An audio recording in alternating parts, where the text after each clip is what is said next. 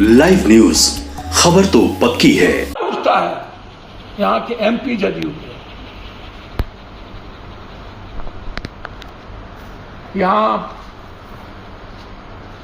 कांग्रेस के लोग, कांग्रेस के नेता, यहाँ माले ने सपोर्ट किया है। 3 दिनों के बाद आप औपचारिकता निभाने जाते हैं। एक भी परिवार को आप ना तो आर्थिक मदद करते हैं, आपकी औकात और हिम्मत क्यों नहीं होती है। एक डीएमएसपी आपको औकात दिखाता है जनप्रतिनिधि को। डीएमएसपी भी हमारे जनता के लिए है और हमारे एमएलए एमपी मंत्री भी जनता के लिए है, मुख्यमंत्री भी जनता के लिए है। हम डीएमएसपी के का रेस्पेक्ट को कम नहीं कर रहे हैं, लेकिन डीएमएसपी जिस तरीके से जनप्रतिनिधि को केस में फंसाया है और जिस जनता के द्वारा आप चुनाव जीतने जाते हैं, चोरी भी, सीना चोरी भी, शीशे के घर में रह करके डीएम साहब पत्थर फेंकिएगा, सूप बाजे तबाजे, चलनियों बाजे, गोली चला करके आप उल्टे हम ही को डराइएगा, आंख दिखाइएगा। मैं पप्पू यादव हूं, मर जाऊंगा, मैं लड़ूंगा बारसोई का लड़ाई।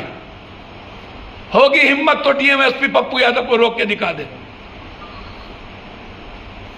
एक एक जनप्रतिनिधि जिसको इन्होंने केस में डाला है, मरते दम तक हम सुप्रीम कोर्ट तक जाएंगे। इस बयान के आधार पर हम हाई कोर्ट तक जाएंगे।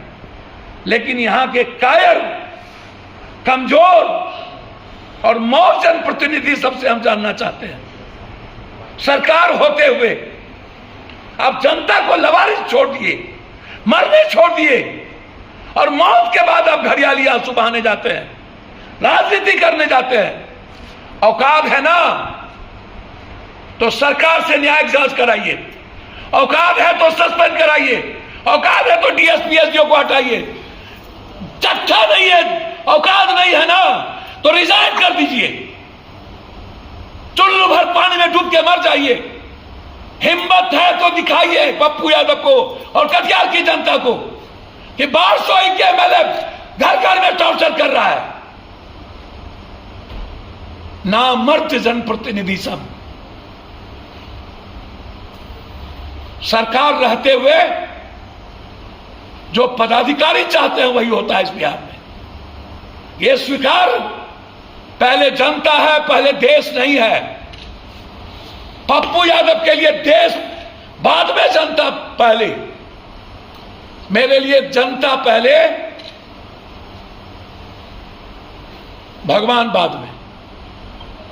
जनता के साथ कोई समझौता इस जन्म में क्या 7 जन्म में नहीं होगा। चाहे वो पुलिस के पीटते पीटते गोलू को मुजफ्फरपुर में मार दिए हो, चाहे दरभंगा में ढूंढ करके आप 100 महिलाओं को बिना महिला पुलिस के आपने लाठी चार्ज किया हो। आपको बालू और शराब माफिया से लड़ने की तो औकात नहीं है। आप लड़ते हो भले मुखिया, जिला परिषद, वार्ड सदस्य समिति से, चुल्लू भर पानी में डूब के मर जाइए पदाधिकारी लोग।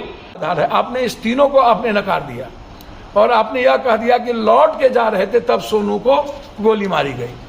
अब आप समझिए, पहले आप कहते हैं कि गोली चली, गोली लगी, कार्रवाई होगी, फिर 3 दिन के बाद आप उस फुटेज को ले आते हैं जहां पर कोई दंगा, कोई हमला, कोई पब्लिक का कोई पत्थर नहीं चले, कोई हंगामा नहीं हुआ। फिर आप उस लड़के के हाथ में जब कुछ नहीं था उस लड़के को आप दिखा रहे हैं। तीसरी ऐसी कौन सी मैग्नम की गोली थी जो हाथी और बड़े बड़े पहाड़ को चीर देता है? क्या वह लड़का मैग्नम राइफल लेकर के आया था कि एक व्यक्ति को मारा तो दूसरे व्यक्ति को भी गोली लग गई?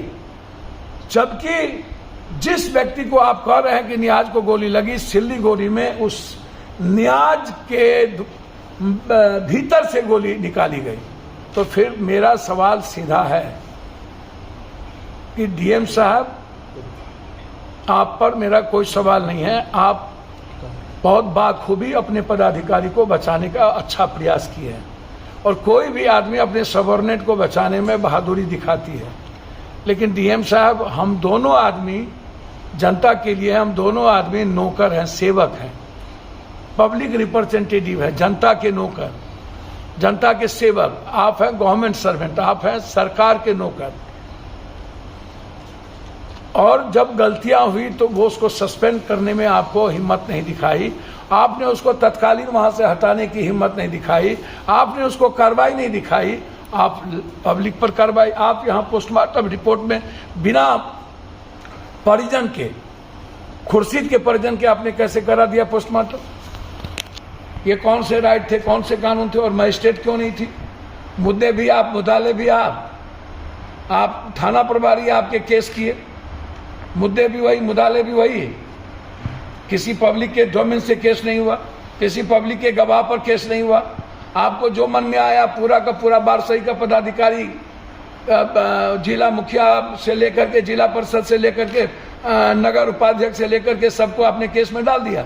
अच्छे भले जितने लोग मिले, जिससे दुश्मनी आपको साधनी थी, आपने उसको केस में डाल दिया।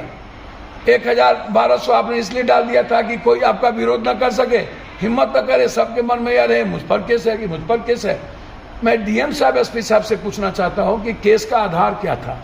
क्या सीसीटीवी फुटेज के आधार पर आपने देखा कि किसी जनप्रतिनिधि के हाथ में पत्थर थे? क्या किसी जनप्रतिनिधि ने स्पीच में कहा कि जाओ तोड़ दो? क्या किसी मुखिया, किसी जिला परिषद ने, किसी ने आपको कहा कि नहीं पुलिस की राइफल छीन लो, चलो हम मारते हैं, हमला करो? क्या तोड़ने में कोई जनप्रतिनिधि आपको सामने में आए? तो जब वो सीसीटीवी फुटेज में ना तो जनप्रतिनिधि आया, ना तो उसने भड़काया, नहीं तो उसने किसी को उसकाया, ना वो साथ गए। जब आपकी गोली चलने के पहले हंगामा, एक बार पुलिस भाग गई, 3 घंटे से वहाँ जनता बैठी थी, एसडीओ घर से नहीं निकला। इतना अहंकारी एसडीओ की यदि वो बात कर लिए होते, ले लिए होते, तो इस तरह के परिस्थितियां पैदा नहीं होती है। जब आपको एसडीओ पर कार्रवाई, वहाँ के डीएसपी पर कार्रवाई करने में आपके पेट में दर्द क्यों है? क्यों बचाना चाहते हैं? 3 घंटा से हम बैठे रहे, उसके बाद हम एक बार पुलिस जब निकली तो लोग भाग गए। रहेंगे अन आदमी का आज तक पोस्टमार्टम कराने आप क्यों नहीं जाते? इतना बड़ा बड़ा मर्डर होता है, पोस्टमार्टम कराने, आप बलात्कार होता है, तब आप क्यों नहीं जाते? इतनी बड़ी घटना घटी थी, आज तक अपराधी आपसे पकड़ाया? एक अपराधी तो आपसे पकड़ाया नहीं, फिर थपथपाते हैं जनप्रतिनिधि और अच्छे लोगों पर केस करके। एक अपराधियों को गोली मारने की हिम्मत नहीं है, औकात खत्म हो गई, और फिर थपथपाते हैं आप जनता पर ये करने के बाद। दूसरी चीज, मैं उनसे ये बात कहना चाहूंगा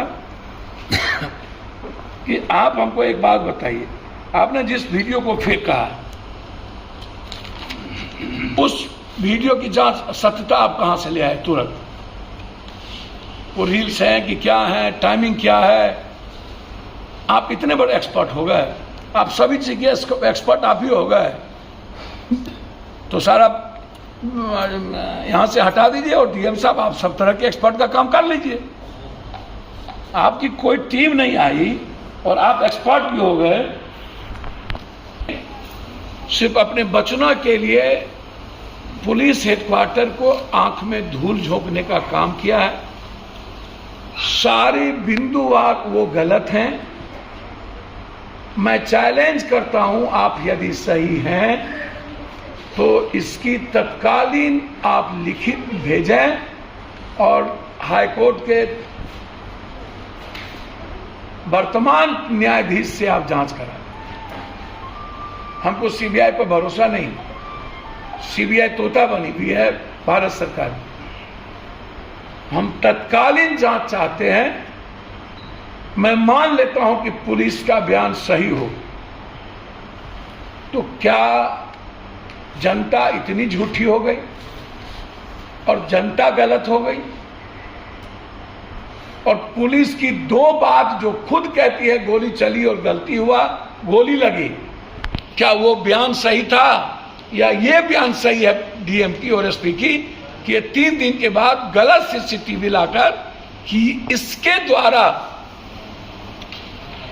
जबकि सिल्लीगुड़ी में गोली निकाला गया, बदलने के लिए, पोस्टमार्टम भेग रखने के लिए, जबकि 3 दिनों तक आपने पोस्टमार्टम के बारे में कोई आपने प्रेस कॉन्फ्रेंस नहीं की है। ये पूरे घटना को मैं पुलिस और अपने प्रशासन को बचाने के लिए जनता को कंप्लीट रूप से डिमोलिश करने का प्रयास, उसके मनोबल को, उसके लड़ने के जज्बा को खत्म करने का प्रयास और एक डर पैदा करने का प्रयास, संविधान को अपनी जागीर समझते हुए आम आदमी के लिए डीएम साहब कानून है। ये किसी पदाधिकारी, किसी अपराधी, किसी माफिया, किसी नेता के लिए कानून नहीं है। लाइव न्यूज, खबर तो पक्की है।